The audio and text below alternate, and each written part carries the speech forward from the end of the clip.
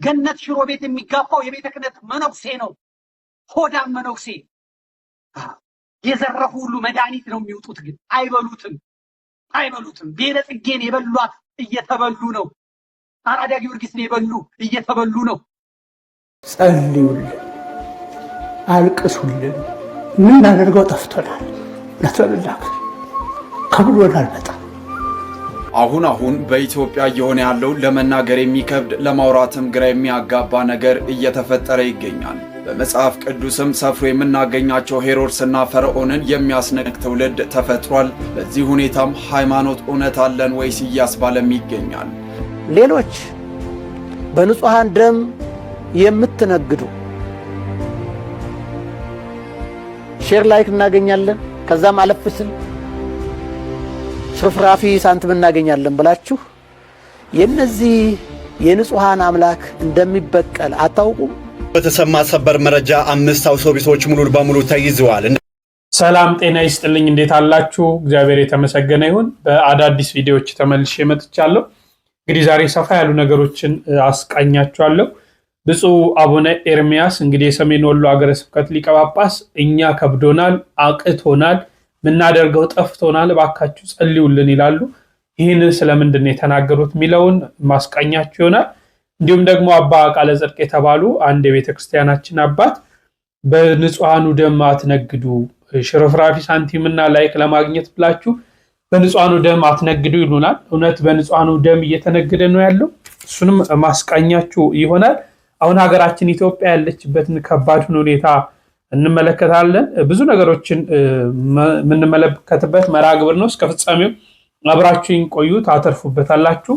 ላይክ ማድረጋችሁን አትርሱ። እስቲ ዛሬ ላይኩ ወደ 2000 ገደማ እንዲገባ ፈልጋለሁ። ለሌሎችም እንዲደርስ ሼር አድርጉት። ከሁሉ በፊት በዚህን ጀምር። አሁን በኢትዮጵያ እየሆነ ያለው ለመናገር የሚከብድ ለማውራትም ግራ የሚያጋባ ነገር እየተፈጠረ ይገኛል። በመጽሐፍ ቅዱስም ሰፍሮ የምናገኛቸው ሄሮድስና ፈርዖንን የሚያስነቅ ትውልድ ተፈጥሯል። በዚህ ሁኔታም ሃይማኖት እውነት አለን ወይስ እያስባለም ይገኛል። እናት የገዛ ልጇን መግደሏ ነው የተሰማው። ለማየትም የምታሳሳ ይህችን ታዳጊ በድሬዳዋ ልዩ ስሙ ገንደቆሬ በሚባል ስፍራ እናት የገዛ ልጇን ከልጇ እንጀራ አባት ጋር በማበር በጭካኔ አንቀው ደብድበው የገደሏት ሲሆን መድኃኒት ወስዳ ራሷን እንዳጠፋች ለማስመሰልም መድኃኒት አፏ አካባቢ ዱቄት መሳይ በመቀባት ወደ ሕክምና ቢወስዷትም ቀድማ መሞቷንና የሕክምና ባለሙያዎች ይህንን አረጋግጠው ለፖሊስ ጥቆማ የሰጡ ሲሆን ሁለቱም ወንጀለኞች በፖሊስ ቁጥጥር ስር ውለው የእምነት ክደት ቃል ላይ እውነታውን ማመናቸውን በድሬዳዋ ፖሊስ ምርመራ ዘርፍ የሰው መግደልና ልዩ ልዩ ወንጀሎች ዲቪዥን ኃላፊ ኢንስፔክተር ተመስገን ተሰማ ገልጸዋል። ታዲያ የዚህ ሁሉ ጭካኔ መንስኤው ታዳጊዋ ልጅ ነገ የእናቷን ንብረት እንዳትወርስ የታለመ ስለመሆኑም ተረጋግጧል። በመጨረሻም ሁለቱም ተከሳሾች በሞት እንዲቀጡ የተወሰነባቸው ሲሆን ሊንከባከቧትና ሊጠብቋት የሚገባ የአንደኛ ተከሳሽ ልጅ እና የሁለተኛ ተከሳሽ የእንጀራ ልጅ በመሆኗ በቅርብ ዘመድ የተፈጸመ ወንጀል በመሆኑ በወንጀል ሕግ አንቀጽ 84 አንድ መሰረት እንዳለ የቅጣት ማክበጃ ምክንያት ተደርጎ እንዲያዝ ራሷን ከጥቃት መከላከል የማትችል የ11 ዓመት ሕፃን ልጅ ላይ በመሆኑ ወንጀል ድርጊት አፋጸም ባገናዘበ መልኩ አንደኛና ሁለተኛ ተከሳሾች በሞት ቅጣት እንዲቀጡ ፍርድ ቤቱ በወንጀል ሕግ አንቀጽ 117 እና 375 585 590 እና 539 አንድ ሀ መሰረት በወንጀለኛ መቅጫ ስነ ስርዓት ቁጥር 149 መሰረት የቅጣት ውሳኔ በሙሉ ድምፅ ሰጥቷል። ይህ ውሳኔ የተላለፈው የዛሬ 1 ዓመትና በድጋሚ ነውረኝነቱ አነጋጋሪ አድርጎታል። በጣም ከባድ ነው እንዲህ አይነት ነገሮችን መስማት። እናት እንግዲህ የገዛ ልጇን ልጄ ሀብቴን ትወርሳለች፣ ልጄ ንብረቴን ትወርሳለች ብላ እናት የገዛ ልጇን የምትገድልበት ዘመን ደርሰናል። እኔ ጤነኝነት ነው ብዬ አላስብም። ይሄ የሆነ መንፈስ ክፉ ነገር ተጠናውቶናል። እንግዲህ ይታያችሁ ምን አይነት ጭካኔ ቢኖር ነው? ምን አይነት ርኩሰት ቢኖር ነው? ምን አይነት እናት ስትሞታለች እኮ ልጅ እኮ የእናትን ሀብት ብትወርስ እናትየው ከዚህ ዓለም ድካም ስታርፍ ነው። ታዲያ ማን ነው የሚወርሰው? ለወለድናቸው ልጆች ማንራራበት ጊዜ ደርሰናል። ታዲያ ሌላው ይቅርታ ስለቃሉ ሌላው እርስ በርስ ቢገዳደል ባዳ የተባባልን እርስ በርስ ብንገዳደል ምን ይገርማል? ታዲያ እንዲህ አይነቱን እየሰማችሁ ልጄ ሀብቴን ትወርሳለች ንብረቴን ትወርሳለች ብሎ በማሰብ እንግዲህ ከእንጀራ አባቷ ጋር በመሆን ልጅን መግደል ደረጃ ተደርሷል ማለት ነው። እግዚአብሔር ምሕረቱን ይላክልን፣ ይቅርታውን ይላክልን። በእውነት ይሄ ከእግዚአብሔር ምሕረት ካላገኘን እኔ እንመለሳለን ብዬ አላስብም። ከዚህ አይነት ክፋት እንወጣለን ብዬ በፍጹም፣ ከእንዲህ አይነት ጭካኔ እንወጣለን ብዬ በፍጹም። የእግዚአብሔር ምሕረት ሊያግዘን፣ የእግዚአብሔር ምሕረት ሊደግፈን፣ የእግዚአብሔር ምሕረቱ ውስጣችን ሊገባ ያስፈልጋል። እግዚአብሔር ሊራራልንና ይቅር ሊለን ያስፈልጋል። አለዛ ይሄ ላያችን ላይ የመጣው ሰይጣናዊ መንፈስ፣ የመገዳደል መንፈስ፣ የክፋት መንፈስ፣ የምቀኝነት መንፈስ፣ የተንኮልኝነት መንፈስ፣ የዘረኝነት መንፈስ ከውስጣችን ሊወጣ አይችልም። እግዚአብሔር ምሕረቱን ይላክልን ለሁላችንም። እስቲ ወደ ብፁዓን አበው ሊቃነ ጳጳሳት እንለፍ። ብዙ ነገሮችን ወደ ኋላ እንመለከታለን። ከሁሉ በፊት ግን እኚህን ብፁዕ ሊቀ ጳጳስ እንድታዩ ፈልጋለሁ። የቅዱሳን መንገድ ሁል ጊዜ እንደ አስቸጋሪ ነው። በስጋ ተቸገርክ፣ ካልተቸገርክ በነፍስህ ሕይወት አታገኝም። መጨነቅ አልፈልግም። ምቾትን መተው አለብን።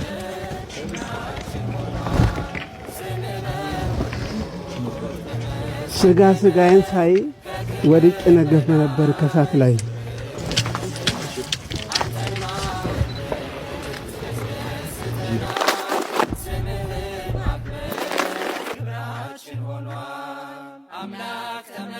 በቂ አይዞህ ከዘራ ጸልካ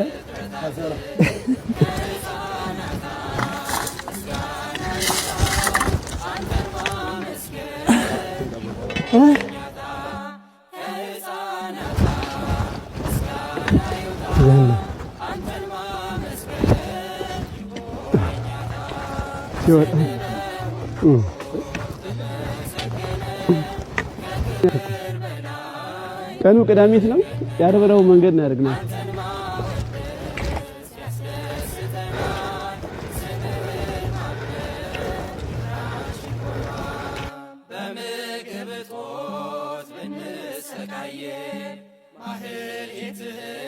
ብፁዕ አቡነ ቀለሚንጦስ ይባላሉ። ትላንትና አንድ ጽሑፍ ፌስቡክ ላይ አጋርቼ ነበር። እውነት ለመናገር እኔ ከብፁዕነታቸው ጋር ትውውቅም የለኝም። በአካል አንድ ቀንም ነው ያየዋቸው። ተከፍሎ ነው ወይ እንዲያርገ ነው ወይ የሚሉ ነገሮችን ያነሳሉ ሰዎች። እኚህ ብፁዕ ሊቀ ጳጳስ በደንብ አስተውላችሁ ተመልክታችሁ ከሆነ አቀበት ቁልቁለቱን እየወረዱ ይገኛሉ። የአንድ ሊቀ ጳጳስ ኃላፊነት መንጋው ያለበት ድረስ ሄዶ መንጋውን ማየት፣ መጎብኘት፣ መባረክ፣ የት ናችሁ ምንድናችሁ ብሎ መፈለግ ነው። እኛ አባት አቀበትና ቁልቁለቱን ሳይሉ ዛሬ በዛሬ ዘመን ማለት ነው ዛሬ ላይ አስቡ። ትላንት አባቶቻችን የነበሩት ከዚህ በላይ ያደርጋሉ። በዛሬ ላይ ግን እናስብ። ፕሌን ካልገባ ትላልቅ መኪኖች ካልገባ ማንጓዝባቸው ቦታዎች አባት አይቶ ማያውቁ አባቶች ምዕመናን እኮ አሉ። እኛ አባት ግን ያ ሁሉ ሳይገዳቸው እዚህ ቦታ እንዲህ እየወረዱ በመጎብኘታቸው በማየታቸው ልናመሰግናቸው ይገባል። ምክንያቱም የአባትነት ኃላፊነታቸውን እየተወጡ ስለሆነ በሀገረ ስብከታቸው እኛ አባት ይህንን ቦታ ወርደው የጎበኙትን ምዕመናን የትኛውን ቦታ ይቀራቸው። ስለዚህ የአባትነት አንዱ ኃላፊነት መንጋው ያለበት ቦታ እረኛ አይደል ሄዶ ያለበት ቦታ መጠበቅ፣ ማየት፣ መጎብኘት ነው። አድርገውታል። ይህንን ታዲያ አባታውን ብናመሰግናቸው ምን ክፋት አለው? በረከቱ የድረሰን ማለት ምን ክፋት አለው? ለልጆቸው ታምነዋል ማለት ምን ክፋት አለው? እናንተ መልሱልኝ። ወደ ብፁዕ አቡነ ኤርምያስ ወሰዳቸው። ጸልዩልን፣ አልቅሱልን። ምን አደርገው ጠፍቶናል። ለተላክ ከብሎናል በጣም ምንም ከአባቶቻችን ዘመን በአባቶቻችን ዘመን ከደረሰው መከራ የበለጠ ባይመጣም እኛ እንደ አባቶቻችን ብርቱ ባለመሆናችን ከብዶናል እና ልታውቁልን ይገባል፣ ልትጸልዩልን ይገባል፣ ልትጠመዱልን ይገባል። እንዴት እንደምናደርግ ግራው ገብቶናል። በግል ጨንቆኛል በእውነት በዚህ ስንለው እንደ ሀገር ደረጃ ቤተክርስቲያኗ የምትሆነውን ብታዩ ይገርማል። በማንም ብናመካኙ አይጠቅመንም። መሪዎቹ እንዲሆነው ነው ፖለቲካው እንዲሆነው ነው ብለናል። ልክ ነው። ግን የሁሉ የሆነው እኛ ጥሩ ብንሆን ነው። የኛ ኃጢአት እኮ ነው የሚያስደበድበን። እየፈረሰች ነው ቤተክርስቲያኑ። የሚያልቁት የሚጎዱት ምዕመናን በጣም ብዙ ናቸው። እና በዚህ ጊዜ አባቶቻችን፣ በዚህ ጊዜ እናቶቻችን በልብ በሰቂለ ህሊና ሆናችሁ ጸልዩልን፣ አልቅሱልን። ይሄ ምን ያህል እንደሚያበረታ እናምናለን። እንግዲህ ብፁዕ አቡነ ኤርምያስ በአንድ ገዳም ሄደው ነው ለመነኮሳቱ እባካችሁ ጸልዩልን እያሉ ያሉት። ግራ ገብቶናል፣ ጨንቆናል። የደረሰው መከራ ከአባቶቻችን ዘመን መከራ በልጦ አይደለም። እኛ ግን በዘመናችን ቤተክርስቲያኒቷን የምናሻግርበት ግራ ገብቶናል ብለው በግልጽ ተናግረዋል። እኔ ለራሴ ተጨንቄያለሁ ብለዋል። እኚህ ብፁዕ ሊቀ ጳጳስ የሲኖዶስ አንድ አባል ናቸው ማለት ነው። ድምፅ አላቸው። ግራ የገባቸውን ነገር ተናግረዋል። በዚህ ውስጥ በርካታ መልእክቶችን ማግኘት እንችላለን። በርካታ ሚስጥሮችን፣ በርካታ ነገሮችን መመልከት እንችላለን ብዬ አስባለሁ። ሰፋ አድርገን ካየን ብፁዕነታቸው የተናገሩት ያሉበት ሁኔታ ምን አይነት ነገር ነው የሚሉ ነገሮችን በደንብ መውሰድ ይቻላል። እንግዲህ የብፁዕነታቸውን እንባ ቆጥሮ እግዚአብሔር አምላክ ይቅርታና ምሕረትን ያምጣልን። በዚህ ላይ ሌላ ጊዜ እመለስበታለሁ። እናንተ ሐሳብ ስጡ። ወደ ብፁዕ አቡነ አብርሃም እንለፍና ሌሎች ነገሮች እንመለከታለን። የሁላችሁ ሰዎች ብፁዕ አቡነ አብርሃም የቤተክርስቲያንን መከበሪያን እንፈልግ በማለት ያስተላለፉት መልእክት ላይ ያሉትን ነገር አጥር አድርጌ ልንገራችሁ። ያው ቤተክርስቲያን ከባድ ፈተና ላይ ናት። ብዙ ማውራት ይቻላል። ነገር ግን እከሌ እንዲያለ ከመባል ውጪ ምንም ጥቅም የለውም። በጋራ ምን እንስራ፣ ቤተክርስቲያኗን እንዴት እናሻግራት የምትሉን ከሆነ ኑ እንመካከር። መስዋዕትነት ከሚቀበሉት ጋር አብረን መስዋዕትነትን እንቀበል። እኛ ተዋጉ አንልም፣ እንጸልይ፣ እንዘምር፣ ከፊት እንቁም። ተው ማለት ያለብንን ተው እንበል። ሳይናገሩ መስራትን መልመድ አለብን። ተውት ልማዱ ነው ለፍልፎ ይወጣለታል መባል የለብንም በማለት ብልህነትን የተጎናጸፈ አባታዊ መልእክትን ሲያስተላልፉ ተሰምተዋል። እዚህ ነገር ላይ የእናንተ ሀሳብ ምንድን? ምናልባት የብፁዕነታቸውን ንግግር በተለያዩ መድረኮች ሰምተን ሊሆን ይችላል፣ ግን በደንብ አላስተዋልንም። የቤተክርስቲያንን ምኗን እንፈልግ ነው ብፁዕነታቸው እያሉ ያሉት? መከበሪያዋን እንፈልግ። ወሬ ብቻ አይደለም፣ መናገር ብቻ አይደለም። አብረን በጋራ መሞትም ከሆነ ምንም ከሆነ አብረን የቤተክርስቲያኒቷን መከበሪያዋን እንፈልግ። አባቶቻችን የቤተክርስቲያኒቷን መከበሪያ ፈልጉ። ልጆቻችሁን በምታዙበት ቦታ ሁሉ ልጆቻችሁ ታዛዦች ናቸው። አብረን በጋራ የቤተክርስቲያኒቷን መከበሪያ እንፈልግ። ሰሞኑን እንግዲህ አባ ካለ ጽድቅ የተባሉ አንድ አባት አርሲ ሄደው ነበር ከብፁዓን አበው ሊቃነ ጳጳሳት ጋር አርሲ ጉብኝት ባደረጉበት ጊዜ ማለት ነው። እና በዛ የነበረውን ሁኔታ የተለያዩ ነገሮችን ተናግረዋል። ሌሎች በንጹሃን ደም የምትነግዱ ሼር ላይክ እናገኛለን፣ ከዛም አለፍ ሲል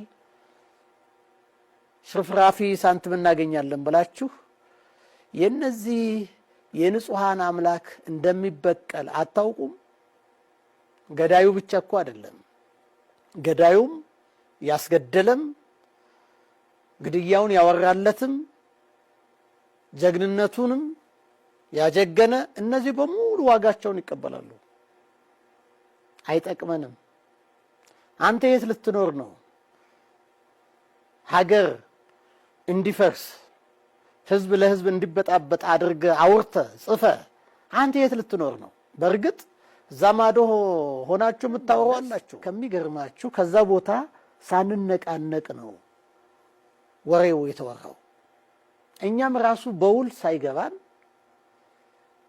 ገና ወደ መንገዳችን ተመልሰን ምንድነው የሚለው ነገር በደም ሳንረዳ ኦንላይን ላይ ግን ወሬው ወጥቷል። መንገድ ዘጊው ነው ያወራው ወይንስ ከሱ ጋራ የሚተባበር ኃይል ነው ያወራው? አናውቅም። እጅግ አስገራሚ ነው። ሲወራ ደግሞ በድፍረት ለሚፈልጉት አጀንዳ አድርገው ነው የሚያወሩትና በእውነት በጣም አስገራሚ ነው። መሬት ላይ ተኩሶ ከሚገለው ያልተናነሰ ነው። ሐሰትን ወሬ ማሰራጨት፣ የሌለን ነገር ማውራት ጥይትን ተኩሶ ከመግደል የተለየ አይደለም። ምክንያቱም ብዙዎችን የሚያቆስል ነውና በተለይም ደግሞ በጣም የሚሳደቡ አባቶችን የሚሳደቡ ግለሰቦችም የተሳተፉበት ነው። በጣም የሚገርም ነው። ሰዎች ከመሬት ተነስተው ለሚያገኙት ሽርፍራፊ ሳንቲም ወይንም ዝናና ክብር እግዚአብሔር ያከበራቸውን ሰዎች ሲያዋርዱ እንደፈለጋቸው ሲናገሩ ያውሬው መንፈስ ነው ብለን ለማለት የግድ እንገደዳለን። ስለዚህ ለዛ ምንም ቦታ የሚሰጥ አይደለም። እውነቱ ይሄ ነው። የሚታወቀው ይሄ ነው። በእውነት የዘረኝነት አባዜውም የፖለቲካው ቀውስም ከመቼ ጀምሮ እንደተፈጠረ እናውቃለን። የቅርብ ጊዜ ትርክትና የቅርብ ጊዜ ጉዳይ እንጂ በዛ ሀገር እንዲህ አይነት ነገር አልነበረም። የት ነህ ብሎ የሚጠይቅ አይደለም። የአርሲ ህዝብ ሙስሊምም ይሁን ክርስቲያን የት ነህ ብሎ አካባቢውን የሚጠይቅ አይደለም። እውነት ግን በንጹሃኑ ደም እየተነገደ ነው እንዴ? የንጹሃኑን ሬሳ የንጹሃኑን ደም ወደዚህ ሚዲያ ይዞ ሲመጣ በእነሱ ገንዘብ ለማግኘት ኦር ላይክ ለማግኘት እየተነገደ ነው ብላችሁ ታስባላችሁ? እንደዛ ነው የምትመለከቱት? ምናልባት በዚህ ቦታ ይሄን ያህል ምዕመናን ሞቱ፣ ይሄን ያህል ቤተክርስቲያን ተቃጠለ ተብሎ የተለያዩ መረጃዎችን በተለያዩ ሚዲያዎች ስታገኙ የንጹሃኑ ደም እየተነገደበት ነው ብላችሁ ነው የምታስቡት? እየነገዱን ነው፣ በደማቸው ገንዘብ እያገኙ ነው፣ በደማቸው እውቅናን እያገኙ ነው ብላችሁ ታስባላችሁ? ጥያቄውንም መልሱንም ለእናንተ ተወዋለሁ።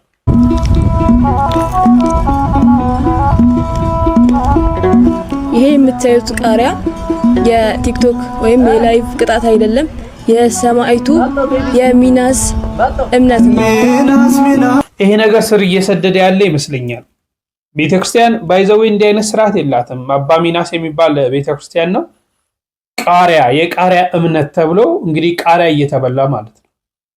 እኔ ዛሬ ላሉ አባቶች ተገልጦ ነው ቅዱስ ሚናስ ቃሪያ አድርጉ እምነቴን ያለው።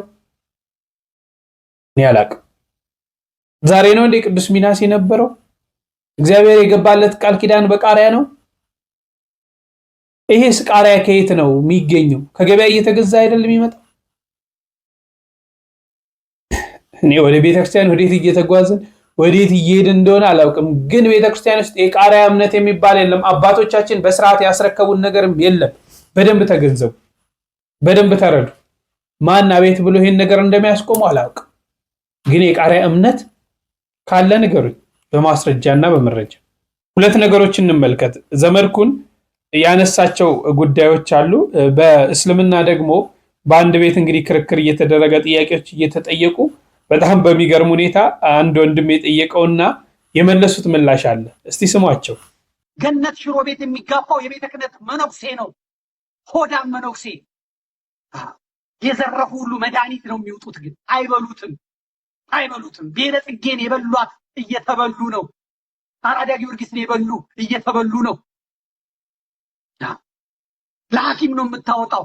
የጣም የላማት በላም እከካም ታካለ ቅስፈት ነው። የእግዚአብሔርን ገንዘብ የእግዚአብሔርን ሕዝብ አታለሃልና ምዕመናን ኦርቶዶክሳውያን እነዚህን ከሸኔ የበለጡ ከወያኔ የበለጡ ከሻዕቢያ የበለጡ የቤት ውስጥ አንበጦች የከተማ መነኩሴዎች መዋጋት እንጀምራለን። መንገድ ላይ መነኩሴ ስታገኝ ምን አባት ትሰራለህ በለው። አንተ እንዲያምሮብህ እኔ ከፍቻለሁ በለው። መጠጥ ቤት ስታገኝ ቆቡን አውልቃ አስቀምጥና አጣፋው፣ ጠፍጥፈው። የአባቶቼን የአባ መቃርስ የአባ እንጦንስ የመነኮሳት የእነ አባ ተክለ ሃይማኖት የእነ ገብረ መንፈስ ቅዱስ የእነ አቡነ አረጋዊን የቅዱሳኑን አልባሳት ቆብ አስኬማ ይዘህ ጋለሞታ ጋር ድራፍ ቢራና ውስኪ እየጠጣ ሃይማኖቴን አታሰድብም ብለው ተፋበት። አክንትፍ ብለህ ተፋበት። አዋርደው እከካም ጋለሞታ መስቀሉን ተቀብለ ቤተ ክርስቲያን አምጥተህ ስጥ።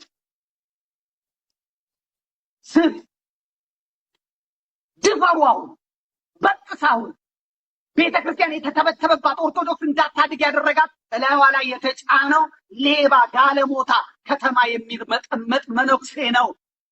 ቤተ ክርስቲያን በካህን ነው የምትመራው፣ በካህናት ነው የምትመራው። ካህን ልጆች አሉት። ካህን ሚስት አለው። ሀገር የሚተካው ካህን ነው። ዶክተር የሚተካው ካህን ነው። ካህን የሚተካው ካህን ነው። መነኩሴ ከጸሎት ውጪ ምን አባቱ ይሰራል ነው ጥያቄው። ይሄ ነው። ምን አባት ትሰራለህ ነው። ምን አባት ትሰራለህ? የመነኮስከው ለፍትፍት ነው ወይ? የመነኮስከው ለሴት ነው ወይ? መጋፈጥ ያስፈልጋል። እውነት ሐሰት፣ እውነት ሐሰት ንገሩኝ። ሰማዕት ለመሆን ተዘጋጅ ነው የምልህ። ሰማዕት ለመሆን በጥያቄ ሴት አጥፎ ሲዞር እህቴ ናት ሲል ትፋበት ጋለሞታ ኬት አባን ያገኘኸው በለው። አሸማቀው ሱፉን ለብሶ እንዲሄድ አድርገው። የ60 የ70 ሚሊዮን ብር መኪና እየነዳ ሴት ትፋበት። ገንዘብህ ነው፣ ላብህ ነው፣ የእናትህ የአባትህ ነው። ለቅዱስ ሚካኤል፣ ለቅዱስ ገብርኤል፣ ለእመቤታችን፣ ለኪዳነ ምሕረት ተብሎ የተሰጠ ብር ነው። እንደዛ የሚንቀባረርበት ሰሚት ስጋ ቤት፣ ፍየል ቤት፣ ቁርጥ ቤት፣ አሳ ቤት ስታየው ትፋበት። ውሻ ነው በለው። መጠጥ ድፋበት። ምንም አባቱ ያመጣም። ያሳስርሃል። የሌባ ተቀባይ ፖሊሶች አሉ፣ ያሳስርሃል። ተሟገተው። የመነኩሴ ኑሮ እዚህ አይደለም በለው። ያንተ እናት እየደኸየች ያንተ እህት የምትበላው አጣ። ያንተን እህት የደኸየቿን ነው ገንዘብ ስለሌላት ገንዘብ አለኝ እያለ የሚያነውራት ክብረ ንጽህናዋን የሚገስሰው መነኩሴ በነፃ ከክብር የሚያሳንሰው የስንትን ጎስቋላ ምዕመናንን ልብሴን እጠቢልኝ ቤቴን አርጊልኝ እያለ ስንቱን ነው ያነወሩት። ፍርድ ቤት ተመልከት። ኢትዮጵያ እንድትነሳ ከፈለክ ቤተ ክህነት ውስጥ የተሰገሰገው ሌባ ዘመቻ እንጀምራለን። ከየት አባ መጣ እንለዋለን። ለዚህ ጉዳይ ካህናት ተሰለፉ። ካህናት ከኔ ጋር ተሰለፉ። መረጃ አምጡ። ዲያቆናት ከኔ ጋር ተሰለፉ። ጥቂቶቹ ናቸው ቤተ ክርስቲያንን ቅኝ ግዛት እየገዙ ያሉት ጥቂቶች ናቸው። ተመራርተው ጥቁር ራስ የሚባል አያስፈልግም ብለው ቆብ የደፉ ማፊያዎች ተጠቃቅሰው ቤተ ክርስቲያኒቷን በድዷ እያስኬዱ ያሉት እነሱ ናቸው። ይህም መንጋ እየገረፍክ ካላስወጣ፣ ይህም መንጋ ልክ ካላስገባው ቤተ ክርስቲያን እንትን አትልም። አንተ የጳጳስ ልጅ የምታሳድገው የመነኩሴ ልጅ የምታሳድገው ምን ዕዳ አለብህ? በእግሩ እየሄደ ያስተምር፣ ከህዝብ ጋር እየተጋፋ ያስተምር። ወንጌላውያኑማ የግብፅ መነኮሳት የግብፅ አባቶች አውሮፕላን ቢገዛላቸው ያምራል፣ ያስተምራሉ፣ ህዝብ ይቀንሳሉ፣ ህዝብ ይቀሰቅሳሉ፣ ያስተምራሉ፣ የተቸገረ ይረዳሉ፣ ያዘነ ያረጋጋሉ። አንድ ካህን ሲገደል ፓትርያርኩ ገዳም ይገባል። የግብፅ መንግስት ሄዶ ይለምነዋል። እኛ ጋር 1,000 ሚሊዮን ኦርቶዶክሳውያን ታርደው ዝም በል ይላል። አራጁ ቤተ ክህነት ነው ያለው፣ ገዳዩ ቤተ ክህነት ነው ያለው። ፊት ጳጳሱን አሜሪካ ሲሄድ ይዞ የሚሄደውን ሻንጣ ላይ የሚጭነውን ተመልከት። የሴት ቀሚስ፣ የሴት ፓንት፣ የሴት ጡት ማስያዣ፣ የህፃን ልጆች የወንድ የሴት የህፃን ልጆች ልብስ 4 ሻንጣ 5 ሻንጣ ውስኪ ቮድካ ነው ይዞ የሚሄደው። የምትጭኑ ሰዎች የላካችሁልኝ ቪዲዮ ታዩት የለ እና የማንም ጋለሞታ አሜሪካ ሄዶ በነፃ ከዛ በዶላር ይዞ የሚመጣበት ምክንያት የለም። ምዕመናን የጳጳስ የመነኩሴ ልጅ የሚያሳድጉበት ምክንያት የለም። ምዕመናን የጳጳስ ባንክ በብር የሚያጨናንቁበት ምክንያት የለም። ገዳማውያን እየተፈቱ ነው፣ እየተራቡ ነው፣ እየተጠሙ ነው። መነኮሳት እየተራቡ ነው። ንዋያተ ቅድሳት ጠፍቷል። የሚቀድስ ማስቀደሻ ዘቢብ ዕጣን ጠፍቷል። አንድ ጳጳስ ባንክ ቡክ ውስጥ በዘመዱ በእህቱ በወንድሙ በረዱ ስም የሚቀመጥበት ምክንያት የለም። አንድ ጳጳስ ለ4 ወንዶች 4 ቤት የሚገዛው ወንዶቹ ምንድን ናቸው? እንደው ሌላው ይቀር፣ ለሹፌሩ፣ ለጠባቂው፣ ለ4 ሰዎች ለወንድ የሚገዛው ምን ስለሆነ ነው? አንድ ጳጳስ ለወንድ የሚገዛው እንጠይቃለን። አምላክ ስለ አላህ እያወራኝ ነው፣ እየነገርከኝ ነው። ስለዚህ ማመን እፈልጋለሁ። ማመን ስፈልግ ደግሞ የመጀመሪያው ጥያቄ ስለ መጽሐፉ ስለሆነ የምጠይቀው ቁርአን ከመምጣቱ በፊት ስለ አላህ ማን ነው የነገረህ? እንዴት ነው የምቀበለው? ቁርአን መጥቶ ነገረኝ፣ ስለ አላህ አስረዳኝ። ኦኬ፣ ለመቀበል ደግሞ አእምሮ የሚፈጥርብኝ ጥያቄ ያለ አንደኛው ጥያቄ ከዛ ውስጥ አንደኛው ጥያቄ ቁርአን በራሱ ከየት ነው የመጣው? ቁርአን ከመምጣቱ በፊት ሳላህ ነበረ ወይ? የመጀመሪያው ጥያቄ ይነገር ነበረ ወይ? የመጀመሪያው ጥያቄ ይመለስ። አንድ አይነት ጥያቄ ነው። አይ መጀመሪያ የጠየቀው ቁርአን ከመምጣቱ በፊት ስለ ቁርአን የተናገረ ነው አይደለ? እሱ አይደለም ጥያቄ። ስለ አላህ አይደለ እያወራ ያለሁት፣ ስለ ፈጣሪ ስለሆነ እያወራ ያለሁት። ስለ ፈጣሪ የነገረኝ ቁርአን ነው። ኦኬ፣ ቁርአን ከመምጣቱ በፊት ስለ አላህ የተነገረ ነገር አለ ወይ? አላህስ ማን ነው? ምንድን ነው የሚለው አላህ ማን ነው በኋላ እንመጣለን። አለ ማስረጃ ልስጥህ። ማስረጃ ስጠኝ። ትንቢተ ዳንኤል እኮ ባይብል ነው እኮ ማስረጃ ላይ ጠይቀኝ። ኦኬ፣ ይሄ ውሸት ነው ትንቢተ ዳንኤል እንዴ? እኔ ባይብልን እኮ አልቀበልም ብዬ ወደ አንተ ልመጣ ነው፣ ወደ ቁርአን። ምን ሆናል? ኦኬ፣ ባይብልን ሁና መጀመሪያ አልቀበልም ብላ ደግሞ ሙአዝ ነው እንትኑን ያነሳው። ባይብልን አልቀበልም ብላ ባይብልን እኮ አልቀበልም ብዬ ልመጣ ነው ወደ አንተ። ምን ሆናል? በቃ አይቀበልም። ስለዚህ አምላክ አለ ብለህ ታምናለህ? አለ ብዬ እኮ ቁርአንን ላይ ያለውን አላህ ልቀበል ነው። አዎ፣ እኛ ደግሞ መጽሐፍቶችን አሁንም በዚህ ብትመጣ በዛም ብትሄድ ማለት ነው መጽሐፍቶችን ትንቢተ ዳንኤልን አሁን ለምሳሌ እኛ ያቺን ፓርት እኔ አሁን ከአላህ ነው ብዬ ነው ማምነው። ምክንያቱም ትንቢተ ዳንኤል ለነቢዩ መሐመድ የተነገረበትን ፓርት ምንም ሳያቅማማ ያቺን ፓርት በትንቢት የተናገረው የነቢያት ቃል ነው ብዬ ነው ማምነው። እኔ እሱን እኮ ልታምን ትችላለህ። ስለዚህ ማስረጃ ሰጠው። ሌላ ከምን ልስጥህ? ከዴርቶ ጋር ትጥቀስልኛ። ከዴርቶ ጋር ልስጥህ ወይስ ከጋዜጣ ወይስ እኔ ጽፌ ልስጥህ? ከእስልምና መጽሐፎች ነው የምትሰጠኝ ነው እንዴ? ወይ ታዲያ በቃ ኡስታዝ ቀጥል። ይቀጥል ኡስታዝ። ካልሰጠህ የለኝም ነው የሚባለው እንዴ? ባይብል ጠቅሰህልኝ ባይብል አንድ ጊዜ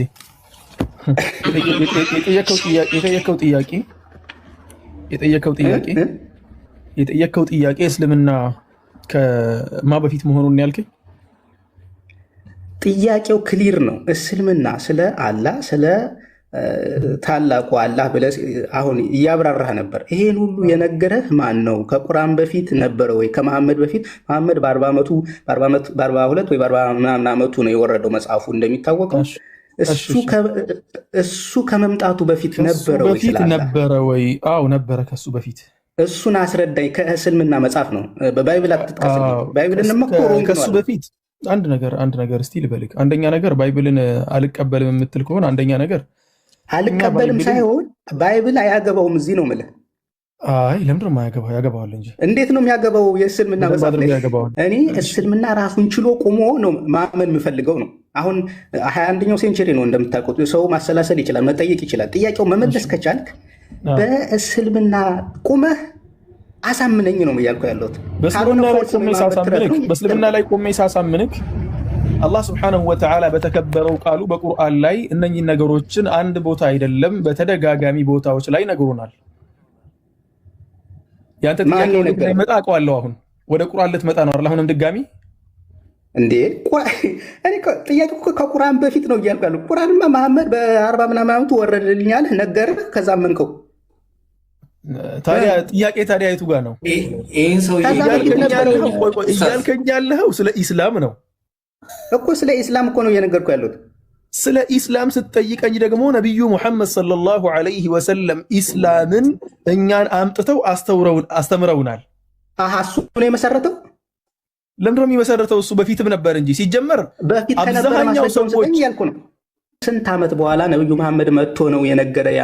ያኛው ተረት ነው፣ እንዴት ልቀበለው ይችላለሁ? አንድ ሰው ተነስቶ እንደዚህ ብሎ ከመጽሐፍ ቅዱስም ከዛም ቀነጫጭቦ ከየትኛው መጽሐፍ ይቀንጭበው መጽሐፍ አዘጋጅቶ ተቀበል ቢልህ አሁን ባለው ሴንቸሪ ለምሳሌ ፍቅር ዚስም እናንሳና ሃይማኖት አለኝ ብሎ የራሱን መሰረተ። እሺ አሁን መጽሐፍ ጻፍ እንበል።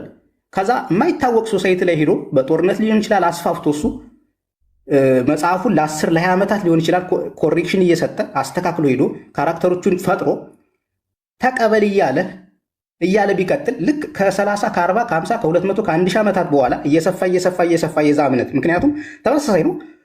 ሱፐር ፓወር አለ ይልሃል፣ የዛ ካራክተር ይሰጠዋል። ልክ ከባይብል ከቁርአን ጋር ያመሳስለዋል። ከዛ በኋላ የእነሱንም ካራክተሮች የነቢያትን ይሰጣል። ልክ አይደለም ተቀበል ሲልህ ልትቀበለው ማለት ነው። ይሄ ሁሉ መጽሐፍ ተበርዞ ነበር የኔ ነው ልክ የነበረው እነዚህ ሁሉ ስለ ልክ አላህ ብሎ ክሬት እንዳደረገው መሐመድ ከዛ ደግሞ ሌላ አምላክ ስም ሰጥቶ ክሬት አድርጎ ቢመጣ ልትቀበለው ማለት ነው። ተቀበል እያልከኝ ማለት ነው። ማስረጃ ብዬ አላህ ብሎ በነገራችን ላይ አንደኛ ነገር ቅድም ነግሬሃለሁ። ቆይ ወሰኛው ፖይንት እዚህ ነው። አትጩህ አባቴ። ቆይ አልጨረስኩም። አንዴ አንዴ እስቲ ሚውት አድርገው ልጨርስ ጥያቄ። ዘመዴ በጣም ብዙ ነገሮችን አንስቷል። የእሱን ለእናንተ ልተውና ወደ እስልምናው ስናልፍ እንግዲህ ልጁ የጠየቀው ጥያቄ ሰምታችኋል። ምን ማረጋገጫ አለ ከቁርአኑ በፊት ምንድን ነው ሲባል መጽሐፍ ቅዱስ ላይ ነው የመጡት። መጽሐፍ ቅዱስ ግን አያምኑበትም እኮ ከትንቢተ ዳንኤል ነው ጥቅስ እየጠቀሱ ያለው ማለት ነው። አሁን በዚህ ይሄ መጽሐፍ ቅዱስ የኦርቶዶክስ ተዋሕዶ ቤተክርስቲያን መገልገያ ነው። ለምንድን ነው ሌሎቹ ነው የማያምኗት? ያችን ትንቢተ ዳንኤልን ብቻ ለምን አወጡ? ምን አይነት ሃይማኖት ውስጥ እየኖርን እንደሆነ ገብታችኋል አይደል? በዚህች ሃይማኖት ነው ያላችሁት። ይህች ሃይማኖት መቼም እንደማትወርቅ እውነት በክርስቶስ ደም እንደተመሰረተች ይወቁ። ቸር ቆዩልኝ።